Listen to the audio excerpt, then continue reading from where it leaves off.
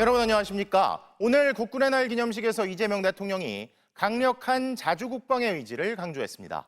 세계가 각자 도생의 시대로 진입하고 있는 안보 환경에서 자주국방은 필연적이라며 한미동맹의 기반 위에 전시작전 통제권을 회복하겠다고도 밝혔는데요. 또 비상계엄에 가담했던 군인들은 극히 일부 지휘관들이라고 선을 긋는 동시에 군 통수권자로서 계엄잔재 청산 의지도 드러냈습니다. 첫 소식 김정우 기자가 보도합니다. 6회 공군 본부가 위치한 충남 계룡대에서 열린 국군의 날 기념식. 6.25 전쟁에 참전했던 1세대 간호장교 등 국민대표 7명과 함께 입장한 이재명 대통령은 강한 국방력을 바탕으로 자주국방의 길로 가야 한다고 강조했습니다. 급변하는 안보 환경에 능동적으로 대응하려면 자주국방은 필연입니다. 자주국방 실현을 위해 국방 예산을 증액했다면서 첨단 기술 투자를 통한 스마트 정예강군 재편, 방위산업 육성, 군 장병 처우 개선 등을 약속했습니다. 그러면서 세계 5위 군사력을 갖춘 데다 한미동맹과 핵 억지력을 바탕으로 한 국방력에 의문을 가질 이유가 없다고 말했습니다. 그간 외국군이 없으면 자주국방이 불가능하다는 건 굴종적 사고라는 입장을 밝혀온 만큼 근거 없이 안보 불안에 빠지지 말아야 한다는 메시지를 재차 던진 겁니다. 동시에 전시작전 통제권 회복을 꺼내들었습니다. 굳건한 한미 동맹 기반 위에 전시작전 통제권을 회복하여 대한민국이 한미 연합 방위 태세를 주도해 나가도록 하겠습니다. 취임 후 첫 국군의 날 기념사인 만큼 12.3 계엄 잔재를 청산하겠다는 메시지를 통해 군 개혁 의지도 드러냈습니다. 불법 계엄의 잔재를 말끔히 청산하고 헌법과 국민을 수호하는 군대로 재건하기 위해 민주적, 제도적 기반을 더욱 단단하게 강화하겠습니다. 비상계엄에 가담한 군 지휘관들은 본연의 임무를 망각한 채 최고 권력자의 편에 서서 국민을 향해 총뿌리를 겨눈 것이라면서 떨어진 군의 명예와 신뢰를 회복해야 한다고 당부했습니다. 특히 이 대통령은 국민에 의한, 국민을 위한 국민의 군대로 새로 태어나야 한다면서 권력이 아니라 국민을 지키는 데 전력을 다해야 한다고 거듭 힘주어 말했습니다. MBC 뉴스 김정우입니다. 오늘 이 대통령은 전시작전 통제권을 언급하면서 회복이라는 표현을 사용했습니다.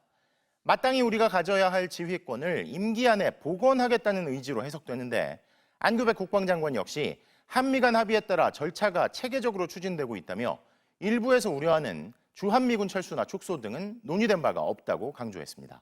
변윤재 기자가 보도합니다. 이재명 대통령은 전시작전 통제권 전환이나 환수가 아닌 회복이란 말을 썼습니다. 김남준 대통령실 대변인은 이 대통령이 직접 회복이란 표현으로 수정했다며 원래 상태로 되돌아간다는 의미라고 설명했습니다. 우리 군을 지휘하는 건 마땅히 우리의 역할이란 인식을 강조하면서 임기 안에 전작권 회복을 마무리 짓겠다는 의지로 해석됩니다. 대한민국의 평화와 번영을 위해서는 누구에게도 의존할 것이 아니라 우리 스스로의 힘을 더욱 키워야 합니다. 현재 평시작전 통제권은 우리 군 합참의장이, 전시작전 통제권은 미군 사성장군인 한미연합군 사령관이 갖고 있습니다. 한미 양국은 노무현 정부 시절인 2006년 11월, 전작권을 2012년 4월까지 넘기기로 합의했지만 이명박 정부는 시기를 3년 더 미뤘고 박근혜 정부도 조건을 달아 연기했습니다. 문재인 정부 들어 다시 추진됐지만 윤석열 전 대통령은 아직 준비가 미흡하다며 속도를 내지 않았습니다. 한미 국방부는 앞서 지난달 전작권 전환 조건 충족에 상당한 진전이 있다는 데 공감했다고 밝혔으며 현재 능력검증 3단계 중 두 번째 절차를 진행하고 있습니다. 안규백 국방장관은 절차가 많이 진척됐다며 합의한 방법에 따라 체계적, 안정적, 능동적으로 추진하고 있다고 전했습니다.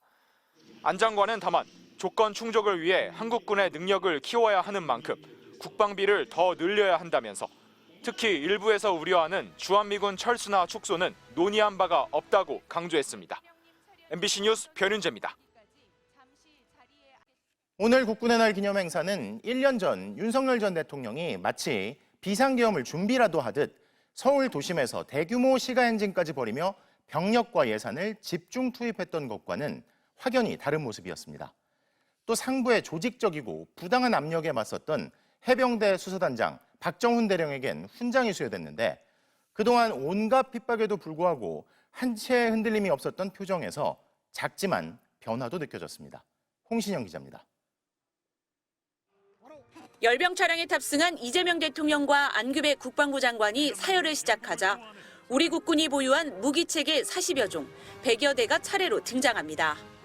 대표적인 지대공 미사일 천궁을 시작으로 다연장 로켓 천무가 위용을 드러내고 국산 명품 무기로 전 세계 수출되는 K9 자주포와 K2 전차 등 K방산의 대표 선수도 출격했습니다. 또 강력한 공대지 미사일을 장착한 해병 상륙 공격 헬기 MAH도 존재를 드러냈습니다. 이 대통령은 77년 역사를 거치며 그 어느 때보다 강력한 국방력을 갖추게 됐다고 격려했습니다. 이제는 최첨단 전차와 자주포, 전투기 잠수함을 수출하는 방위산업의 강국으로 거듭났습니다. 오늘 기념식엔 시가행진 없이 병력 998명과 군장비 100여 대가 투입됐습니다. 지난해 미사일을 탑재한 대형 이동식 발사대가 도심 한복판을 가로지르고 대형 전차와 탱크까지 도로를 행진했던 모습과는 확연히 달라졌습니다. 윤석열 정부는 전두환 정권 이후 40년 만에 2년 연속 대규모 시가행진을 벌였고 대통령으로는 처음 시가행진에 참여한 윤석열 전 대통령은 북한을 향해 강경 발언을 쏟아냈습니다. 북한 정권은 지금이라도 핵무기가 자신을 지켜준다는 망상에서 벗어나야 할 것입니다. 2년간 매년 5천 명이 넘는 군인이 동원돼 폭염 속에서 한 달 넘게 준비했고 예산도 각각 100억 원, 80억 원이 투입됐는데 올해는 병력을 5분의 1로 예산도 27억 원으로 대폭 줄였습니다. 사열을 마친 이 대통령은 최상병 사건 당시 상부의 부당한 압력에 굴하지 않은 박정훈 해병대 수사단장에게 보국훈장 3일장을 수여했습니다. 이 대통령이 직접 가슴에 훈장을 달자 박 단장은 복받치는 감정을 참으며 거수경례로 답했습니다. 이 대통령은 기념식을 마친 뒤 국민대표 77인, 국군장병과 군무원, 참전 유공자 등 540명과 오찬을 나누며 자주국방에 대한 의견을 나눴습니다. MBC 뉴스 홍신영입니다.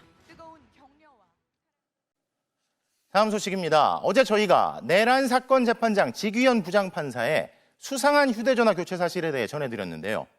이에 앞서 외부 인사가 포함된 대법원 감사위원회는 지 판사의 유흥업소 접대 의혹과 관련해 공수처 수사 결과를 기다려봐야 한다며 결론을 보류한 바 있죠. 그런데 최근 법원이 공수처가 지귀현 부장판사에 대해 청구한 압수수색 영장을 기각한 사실이 확인됐습니다. 강제 수사가 필수적이란 판단을 내린 공수처의 수사가 법원의 문턱을 넘지 못하고 있을 가능성도 있는 건데요. 구나연 기자가 단독 취재했습니다.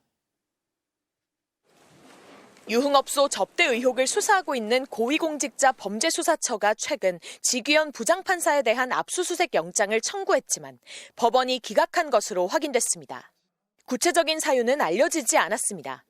의혹이 불거진 지난 5월 한 시민단체가 뇌물수수와 청탁금지법 위반 혐의로 지 판사를 고발하면서 공수처는 이대환 부장검사가 이끄는 수사 3부에 사건을 배당하고 4개월간 수사를 이어오고 있습니다.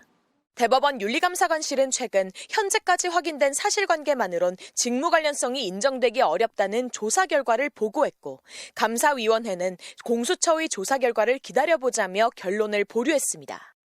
청탁금지법은 법률상 공수처의 수사 영역이 아니기 때문에 결국 뇌물 혐의에 대한 수사가 이루어져야 하는데 접대의 주체가 누구인지 직무와 관련한 대가성이 있는 것은 아닌지 확인하기 위해선 강제 수사가 필수적이라는 게 공수처의 판단인 것으로 알려졌습니다. 그 판단을 지금 하는데. 그 부분에 대해서는 단순히 이제 청탁금지법 위반인지요. 예. 이거는 이제 우리도 수사 대상이 아니고요. 예. 또 그 이상의 어떤 뇌물죄에 해당하는 사건인지 지금 수사가 한참 진행되고 있습니다. 예. 더구나 접대 의혹이 제기된 직후 지 부장판사가 사용하던 휴대전화를 3개월 만에 다시 교체한 사실이 새롭게 드러나기도 했습니다. 만약에 일반 국민이 이렇게 휴대폰 교체했다.